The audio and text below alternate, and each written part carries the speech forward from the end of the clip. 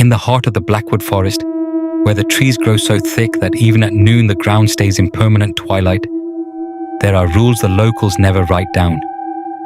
Rule 1. Never answer a voice that knows your name when you are alone among the trees. Rule 2. If you ever hear your own voice calling from the dark, do not answer, run, and do not look back. Mark broke both rules on a Tuesday that felt ordinary until it wasn't. His phone had died almost an hour earlier. The trail he took as a shortcut after a failed solo camping trip had long since vanished under wet leaves and tangled roots. The air had gone unnaturally still. No birds, no insects, only the soft creak of wood high above. Then he heard it. Mark. It was his mother's voice. Soft, familiar, impossible. She'd been dead for 3 years and 2 months. The voice came again, clearer, more urgent. Mark, I'm so cold. Please come to me. Something inside him, the part that still wanted the world to make sense, made him step off the path. The further he walked, the more the forest changed. The trees leaned inward as if listening.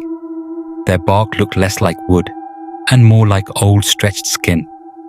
Roots shifted under the leaf litter with a sound like slow breathing.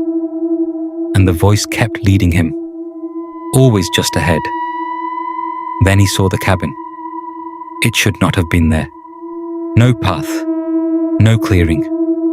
The black wooden structure seemed to have grown straight out of the earth, walls leaning at angles that made the eyes ache. The windows were dark. The door stood slightly open. Inside, the air smelled of damp soil and copper. A single candle burned on a rough table. Next to it lay a photograph. Mark as a child, standing in this exact cabin, smiling. Behind the boy, in the doorway, stood something tall and thin, something without a face. A note was pinned to the photograph with a rusty nail. The handwriting was his mother's, or a perfect imitation. We've been waiting for you to come home. The walls were lined with old cracked mirrors. When Mark looked into the nearest one, he did not see his reflection. He saw the empty room behind him. Then slowly, a shape began to form in the glass. Tall, thin. Standing exactly where he stood, he spun around. Nothing.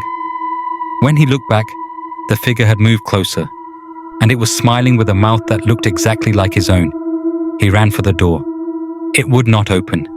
He smashed a window.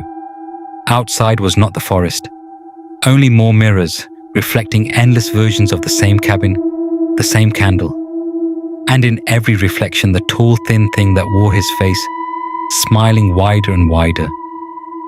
The voice spoke again, this time from every direction at once, from the walls, from the floorboards, from inside his own skull.